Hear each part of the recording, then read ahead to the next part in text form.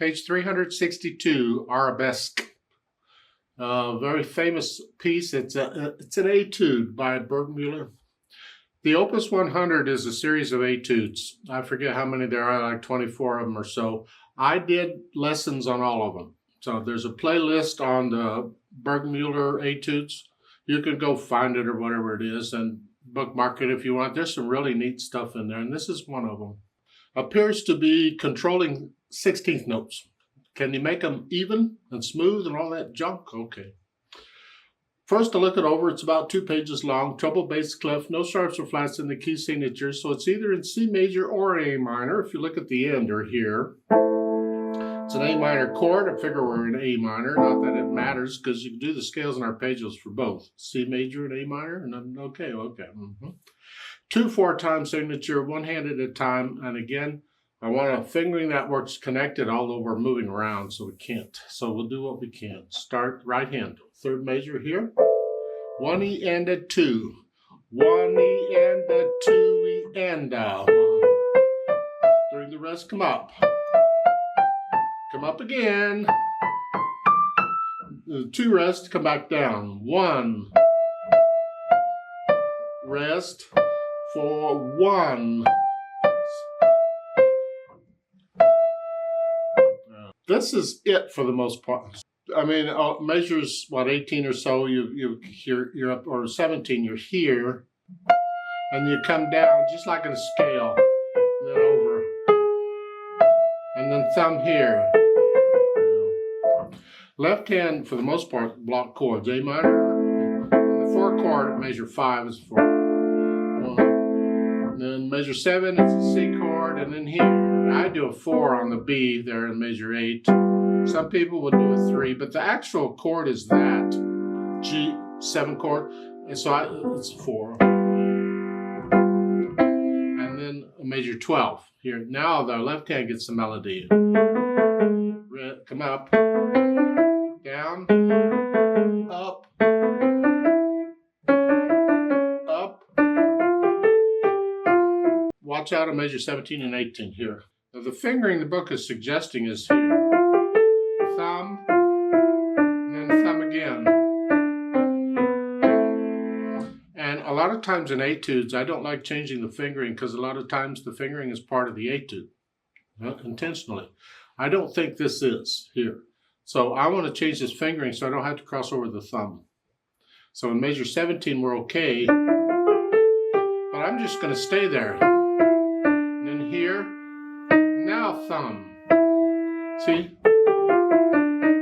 You can use 4 or 3 or whatever on the D sharp. So again, measure 17. Just stay there. And then come up, and now thumb. Oh, so I didn't cross over the fingers. Measure 24, look out. That's the 1 sus 4 again. Because it looks like a 5/7. It's not. Put the heads together, starting with measure 3. It's not too bad because left hand.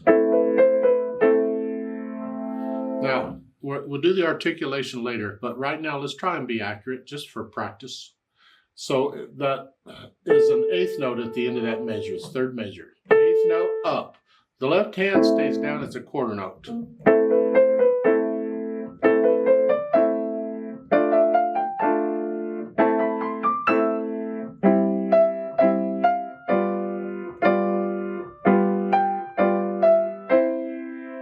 Think of what's the point? I mean, when we add the articulation, I'm going to change it all.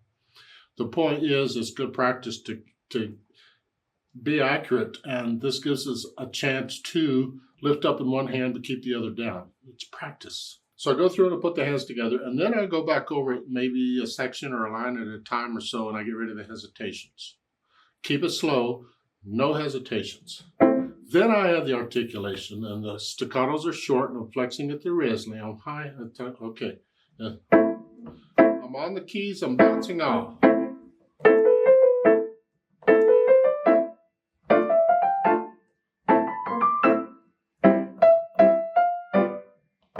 Accent, measure 8, accent. There, not here, just there. And then on measure 10 is forzando. A major accent. Let the wrist collapse a little bit. Don't pound on it. No pounding allowed here. And so I have the articulation. Okay, once I have an idea of that, I will add the dynamics. It starts out soft, whatever you think soft is. And try and get these notes down at the same time. I don't, but maybe you can. And then they give another soft. Why are they giving another soft? You're already soft. And the answer is, glad you asked, is when you get down to measure 10, there's a repeat sign that sends you back up to that reverse repeat sign.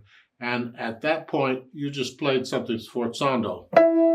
So when you repeat, they want to make sure you're soft. So they give a soft there also. And that's why. If you weren't repeating, you're just going on, there's no reason to give another soft on the third measure. But once you repeat like that, you got to be careful. And the soft goes to the right hand. This got to be very soft. Very light. And measure 5 and 6, you go up just a little bit and then go up some more. I don't know if you get loud or sort of loud. Experiment. You know, the left hand stays out of the way. Soft. The accented note would be moderate soft.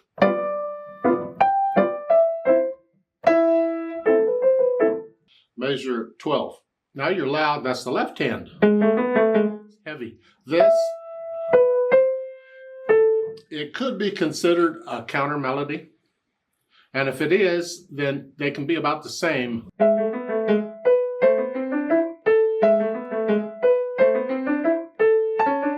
Accented. It tells me it's probably a counter melody. Otherwise, why is it accented there in measure 16 in the right hand? If you want to treat the right hand as background, then you keep it softer. But lift up. Here. That tells me the right hand really is melody also. So it's a duet here in section B here.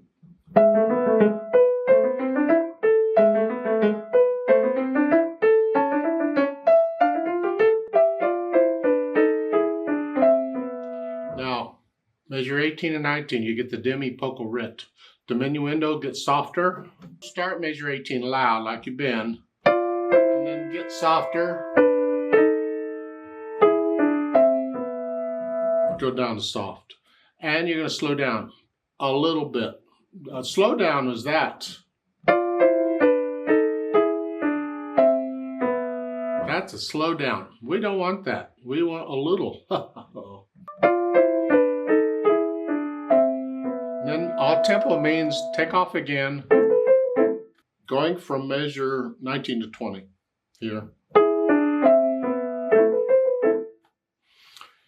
It's interpretation. You can connect it here, connect it, or you could lift up. It's interpretation. You try both out, which you like better, or your teacher will tell you what you like better, and you do that.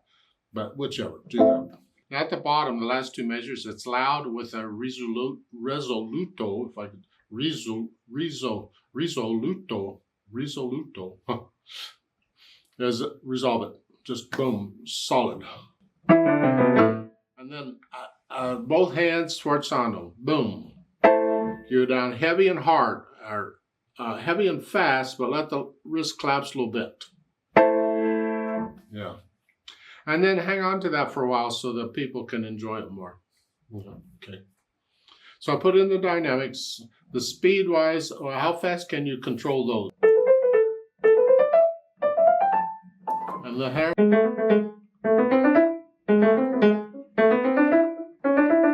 How fast can you control those? Even? Accurate? Don't go faster than that right now, because Allegro, scherzando. Allegro is quick. Scherzando is sort of in a prankish mood. Don't know that it helps a lot because you just play it, that kind of comes out in the music. Listen to recordings on it and you'll find people will play it at different speeds. Now there is a repeat sign there on the third line. Your first or second endings, you know how all that works, I hope.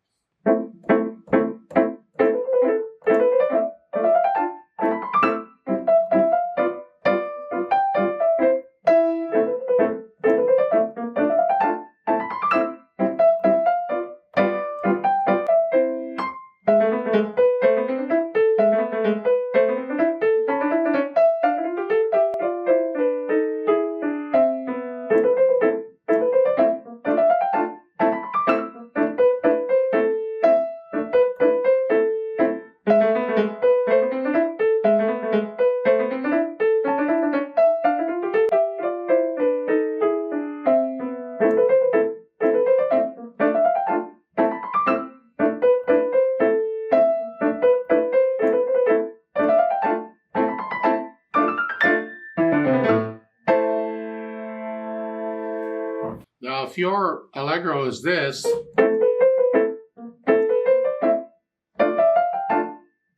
that's fine as far as I'm concerned, as long as the 16th notes are all controlled and you're not just going, just bleh.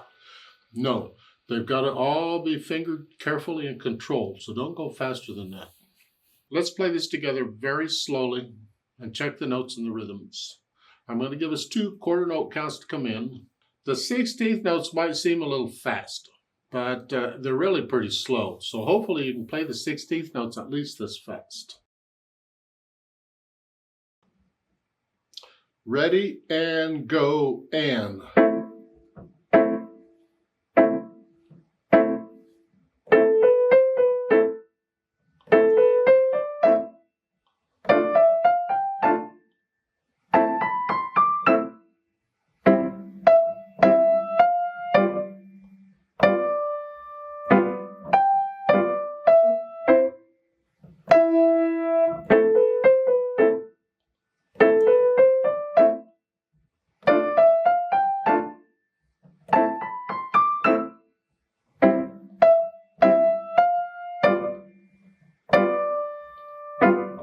Second ending.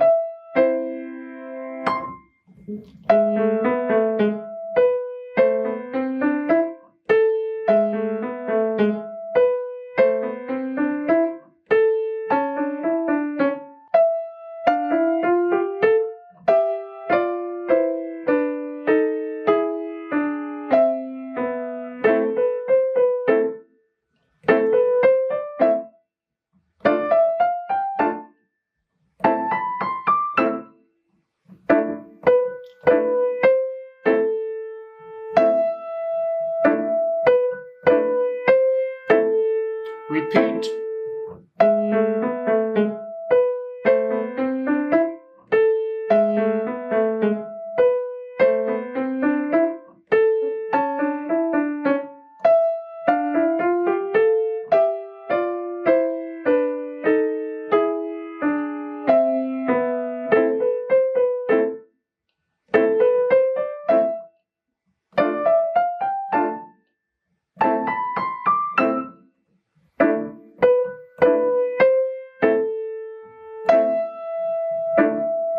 Second ending.